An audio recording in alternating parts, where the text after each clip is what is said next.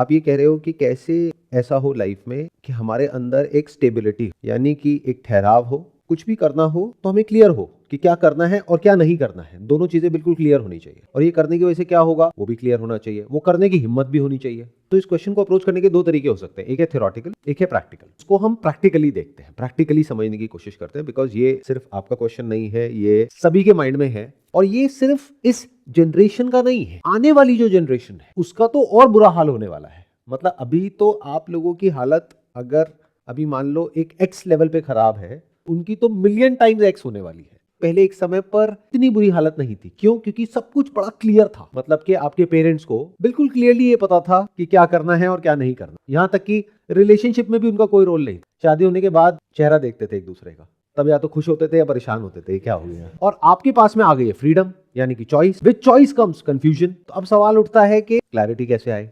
मेरा जो पिछला सेशन आया था जिसमें मैंने कहा था द इन्फिनिट इंटेलिजेंस के नाम से, उसमें मैंने कहा था if you want piece get ready for war. I am not sure आप लोग कितना ध्यान से सुनते हो या नहीं सुनते हो सेशंस को। अगर आप शांति चाहिए, अल्टीमेट गोल तो यही है ना, या कुछ और है? एक बीमार जिंदगी चाहिए, डिस ईज में जीना है या एट ईज जीना है? At ease. एट ईज कैसे जीते हैं, शांति से कैसे जीते हैं? कौन जी सकता है, कौन डिजर्व करता है शांति को? जो वॉरियर है, जो लड़ने को तैयार है, जो डरता नहीं है। किससे?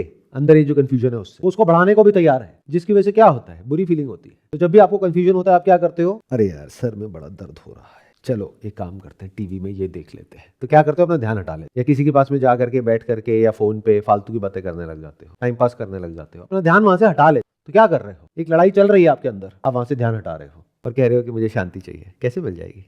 ये बिल्कुल ऐसा है कि आपकी पूरी बॉडी पर चारों तरफ से अटैक हो रहा है, खून खच्चर हुए पड़े हो, लेकिन तरह तरह के नशे हैं आपके पास में। ये जो इंस्टाग्राम पे टाइम पास करते हो ना, ये किसी नशे से कम नहीं है। तो किसी तरह से कोई नशा किया तो भूल गए कि मैं एक लड़ाई के मैदान में हूं, और खुश हो गए कुछ सेकंड्स के लिए या कुछ मिनट के लिए या कुछ घंटों के लिए। फिर एकदम से याद आया, फिर कुछ खा लिया, फिर याद आया, फिर कुछ खा लिया। फिर जब ये लड़ाई अंदर बहुत ही ज्यादा बढ़ गई तो उसके बाद में भी बहुत सारे तरीके हैं उसे डील करने के, तभी इतनी दारू की बोतलें बिकती हैं। ऐसी नहीं बिक रही, कुछ तो है उसमें। सही कह रहा हूँ ना?